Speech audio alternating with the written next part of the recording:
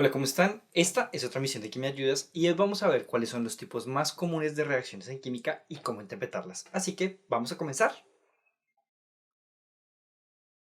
La química puede ser muy compleja, porque combinando los diferentes elementos de la tabla periódica podemos generar miles de diferentes compuestos. Y estos compuestos a su vez pueden reaccionar entre sí para generar miles de sustancias diferentes. Además, cuando estamos haciendo reacciones, no siempre es posible saber cuáles son los productos que vamos a obtener. Incluso muchas veces usando los mismos compuestos para reaccionar podemos obtener mezclas muy diferentes de productos, porque aquí influyen muchísimos factores como la temperatura que estás usando para tu reacción, la presión, la humedad, incluso pueden haber reacciones que estén compitiendo entre sí, lo que a su vez va a generar muchos distintos tipos de sustancias. Y entonces, quiere decir que para poder estudiar química nos toca aprendernos todos los miles de reacciones posibles que pueden haber. Bueno, realmente no. Resulta que hay un buen número de reacciones que pueden resumirse en categorías muy simples, porque se parecen todas entre sí. Esto nos va a permitir no solo no tener que memorizarlas, sino en muchas ocasiones poder predecir cuáles son los productos que vamos a obtener cuando tenemos determinadas sustancias reaccionando. Estas categorías son lo que llamamos tipos de reacciones químicas y van a depender de si estás hablando de química orgánica o química inorgánica. En este video nos vamos a centrar en las segundas, específicamente las que resumen reacciones que son relativamente simples. Estas son cuatro categorías. Tenemos inicialmente las reacciones de combinación o síntesis, las reacciones de desplazamiento o intercambio y por último las reacciones de metatesis o doble desplazamiento. Algo muy común es que en muchos libros se van a encontrar que los tipos de reacciones pueden representarse a través de algo que llamamos ecuaciones generales. Estas ecuaciones generales pueden estar escritas en términos de letras o en términos gráficos, tal y como aparece en esta tabla. Básicamente, esta tabla nos va a servir como una ayuda para identificar una reacción que estemos analizando. Las diferentes letras o los gráficos van a representar las sustancias que están reaccionando y a través de ellas podemos ver cómo interactúan para generar determinados productos. Aquí abajo en la descripción les voy a dejar esa tabla para que la puedan descargar y usarla siempre que la necesiten. Entonces empecemos con las reacciones de combinación o síntesis. Estos son los nombres que van a encontrar en los libros. Estas reacciones son muy fáciles de reconocer. Tal y como lo representa su ecuación general, lo que tenemos es un elemento A que va a reaccionar con un elemento B para generar un compuesto que es la unión de esos dos elementos. Y eso es precisamente lo que vamos a ver en este tipo de reacciones. Vamos a tener átomos o moléculas de elementos químicos de la tabla periódica que van a reaccionar entre sí. Y aquí tenemos tres ejemplos. En la primera reacción tenemos al magnesio que va a reaccionar con el azufre para generarnos sulfuro de magnesio. En la otra vamos a tener a dos átomos de litio que van a reaccionar con una molécula de cloro para generarnos dos moléculas de cloro de litio. Y en la tercera vamos a tener a dos átomos de cesio que van a reaccionar con una molécula de yodo para generarnos dos moléculas de yoduro de cesio. Como pueden ver, se cumple lo que les dije. Vamos a tener dos elementos químicos que van a reaccionar entre sí para generar una molécula que es la combinación de ellos. Y esta tendencia es muy útil si es que queremos predecir los posibles productos de una reacción. Aquí tenemos estas dos reacciones y la idea es predecir cuáles serían los posibles productos o más bien el producto que se daría de la combinación de estos elementos que están reaccionando entre sí. Y para esto es muy útil conocer una propiedad muy importante de los diferentes elementos químicos que se llama el estado de oxidación. El estado de oxidación no es más que la carga que tiene un elemento cuando está dentro de un compuesto. Entonces vamos a mirar eso de dónde sale. Lo primero que tenemos que saber en estas reacciones es que, como es una reacción de combinación, pues lo que vamos a obtener es precisamente un compuesto que tiene estos dos elementos. Así que lo que esperaríamos es que tuviera nitrógeno y sodio. Entonces ahora tendríamos que comprobar cuál sería el estado de oxidación que tendría el sodio y el nitrógeno en este compuesto. Y eso lo hacemos a través de la tabla periódica. Entonces vamos a buscar en nuestra tabla periódica cuál es el estado de oxidación de esos elementos. Aquí entonces vamos a mirar ¿cuál es el estado de oxidación? Lo que nos dice la tabla periódica es que este número que está aquí es el que va a ser ese estado de oxidación. Para el nitrógeno vamos a tener varios estados de oxidación. Si vemos acá tenemos al 1, al 2, al 3, al 4 y al 5, siendo el 3 el único que puede ser positivo y negativo. Y en el caso del sodio lo que vamos a obtener es que él solo tiene un posible estado de oxidación que es el 1. Entonces en este caso vamos a venir y vamos a poner que la carga que tendría aquí el sodio sería de más 1. Otra cosa importante es que cuando un elemento está iniciando una fórmula química es muy probablemente porque él tiene un estado de oxidación positivo y para el sodio ese sería el más 1. La otra cosa es que cuando tenemos un elemento que está en la parte izquierda de la tabla periódica, ese elemento es un no metal. Y los elementos no metálicos tienen la posibilidad de tener estados de oxidación negativos, específicamente los que tenemos en esta parte. Para el caso del nitrógeno, tal y como lo vimos acá, el estado de oxidación que va a tener sería entonces el -3. Entonces ahora que ya tenemos estas cargas o estados de oxidación, lo siguiente que vamos a aplicar es que en general los compuestos tienen una carga total de 0. Es decir, si yo cojo la carga que están aportando el sodio o los diferentes sodios que hay en esta fórmula y lo sumo con las cargas que están aportando los nitrógenos o el nitrógeno en esta fórmula, eso debería dar 0. Entonces si yo sumo este más 1 con este menos 3, eso no da 0. Entonces para compensar esta carga lo que vamos a hacer es poner 3 sodios. Como tenemos 3 sodios, cada uno con una carga de más 1, se pueden cancelar con este menos 3. Y así ya nos queda nuestro compuesto. Lo único que queda sería borrar estos estados de oxidación porque ya no los vamos a necesitar más. Y esa sería la reacción. Lo último que hay que hacer es balancear la reacción y eso se hace poniendo aquí un 6 y en este lado un 2. Estos números nos van a permitir balancear la cantidad de átomos que hay a cada lado de la reacción. Si no se acuerdan cómo hacer esto, no se preocupen, aquí abajo les dejo un video en la descripción de cómo se hace. Ahora, vamos a ir con esta reacción y vamos a aplicar exactamente los mismos principios. El compuesto que vamos a formar debería tener antimonio y oxígeno. Y ahora miramos qué posibles estados de oxidación va a tener cada elemento. El oxígeno puede tener una carga de -2 y el antimonio, vamos a buscarlo, puede tener cargas de 3 y de 5. En este caso, lo que voy a preferir es formar el compuesto con el mayor número de oxidación, es decir, el 5. Por lo tanto, aquí vamos a tener un estado de oxidación de -2 y aquí un estado de oxidación de +5.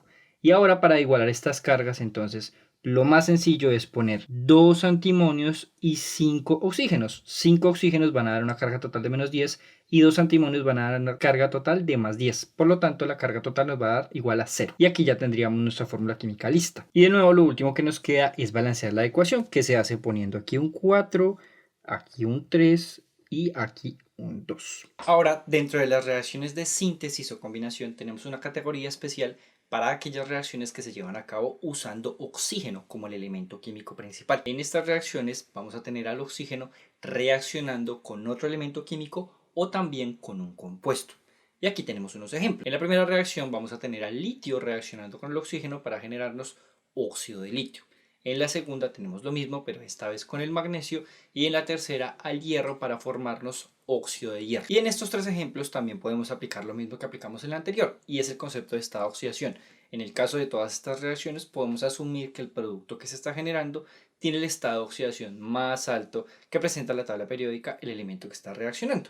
Entonces para el litio el estado de oxidación que tiene el producto es +1, para el magnesio es +2 y para el hierro será +3. ¿Y qué pasa cuando en vez de un elemento lo que tenemos es un compuesto reaccionando con oxígeno? Bueno, eso lo podemos ver en estos dos ejemplos. Cuando tengamos un compuesto reaccionando con oxígeno, hay una alta probabilidad de que lo que va a pasar es que ese oxígeno se va a combinar con los elementos que forman el compuesto. En la primera reacción tenemos al sulfuro de zinc, que lo que nos va a generar es dos óxidos. Por un lado el óxido de zinc y por el otro el óxido de azufre. Y en el caso de la segunda ecuación, lo que vamos a tener es un compuesto formado por carbono e hidrógeno que cuando reacciona con el oxígeno nos va a generar un óxido de carbono, en este caso el dióxido de carbono, y el óxido de hidrógeno, que básicamente es el agua. Y esta última reacción es especial porque representa una subcategoría de las reacciones de síntesis y son aquellas reacciones que llamamos las reacciones de combustión. Estas reacciones se dan cuando tenemos compuestos que están formados por carbono e hidrógeno principalmente y los ponemos a reaccionar con oxígeno. Básicamente lo que va a suceder es que de nuevo se van a formar los óxidos de estos elementos y también de otros elementos que hayan presentes, como por ejemplo el nitrógeno o el azufre. Estas reacciones son importantes porque básicamente son las reacciones que usamos todos los días para obtener energía, ya sea para mover un carro o para generar electricidad. Pero también hay otro tipo de reacciones de combinación muy comunes y son las que dan origen a los ácidos y a los hidróxidos.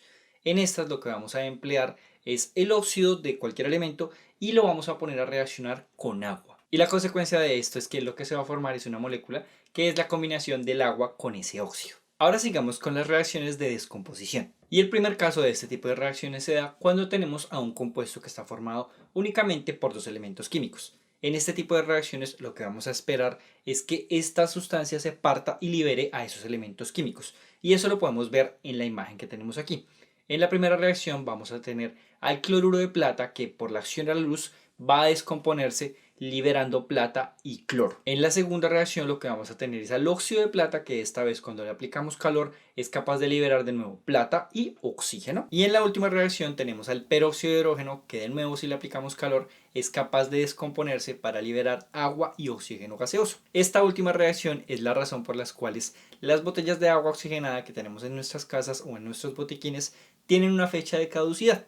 Si usamos esa botella de agua oxigenada luego de esa fecha, lo que va a suceder es que poco a poco va a ir perdiendo peróxido de hidrógeno debido a la descomposición y al final lo que nos va a quedar es una botella que está llena de agua. Otro caso de reacciones de descomposición es cuando tenemos un compuesto que está formado por más de dos elementos. En este caso lo que podemos esperar es que se liberen compuestos que son más simples que el compuesto inicial o también que se libere un compuesto más simple y además un elemento químico. Y eso lo podemos ver en estas reacciones.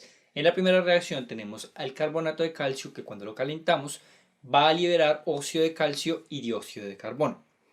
En el otro caso vamos a tener al nitrito de amonio, que cuando lo calentamos va a liberar nitrógeno y además agua. Y en el último caso tenemos a la sacarosa, que cuando la calentamos puede descomponerse liberando agua y carbono elemental. En este tipo de descomposiciones es un poco más difícil predecir cuáles son esas sustancias que se van a liberar. Sin embargo, algo que nos ayuda mucho es saber que existe una pequeña lista de elementos y compuestos que suelen liberarse de manera preferencial. Y en esta lista tenemos elementos químicos como el carbono, el nitrógeno, el oxígeno, el hidrógeno, la plata, el oro y el platino.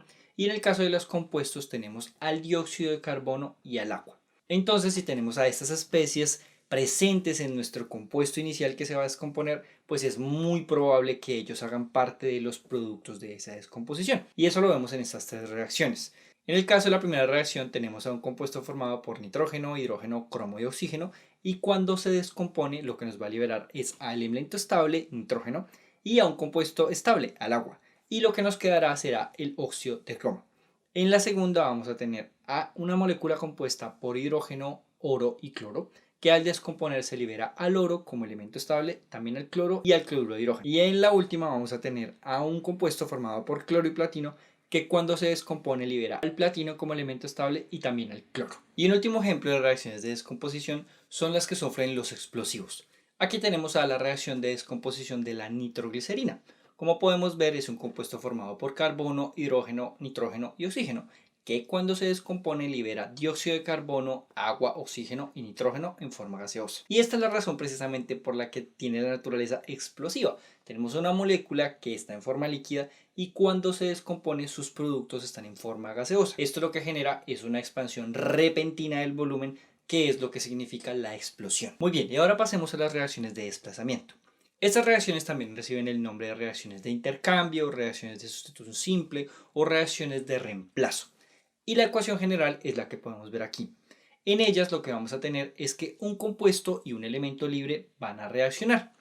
Ese elemento libre va a reemplazar algo en el compuesto, de manera que los productos van a ser un nuevo elemento libre y un nuevo compuesto. En este tipo de reacciones tenemos varios casos, y uno de los más comunes es cuando vamos a tener a un compuesto que está reaccionando con un metal o con hidrógeno.